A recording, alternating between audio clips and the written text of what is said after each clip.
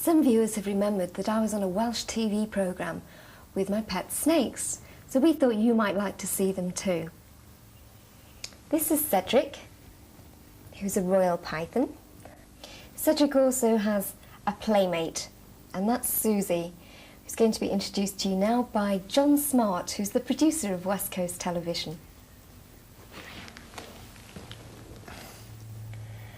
As you can see, Susie's quite considerably bigger.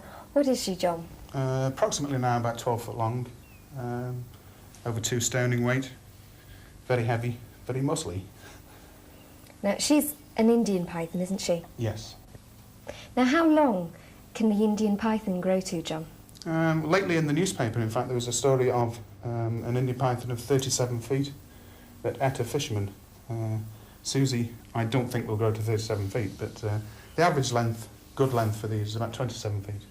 These two are quite happy to live together, aren't they? Because actually, these kinds of snakes aren't any danger or foes to each other. No, Susie is not a snake eater, nor is Cedric, therefore they won't try and attack each other or consume each other.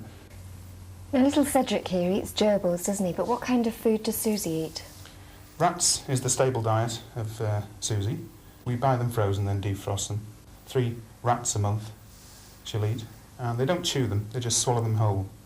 And how they're able to do this is because their windpipe is totally different to their throat, so they don't breathe down their throat, they breathe down a separate wind tube.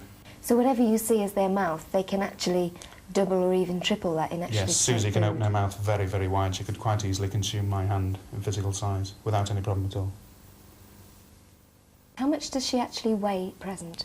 The present weight is 2 1/4, 2.5 stone at the moment, which is a reasonable weight. But considering the body is a good 80–90% muscle, in the wild she'd use this muscle to actually kill her prey by constricting it. She's not a poisonous snake, she's a constrictor. And as you can imagine, that, being solid muscle, can be quite powerful.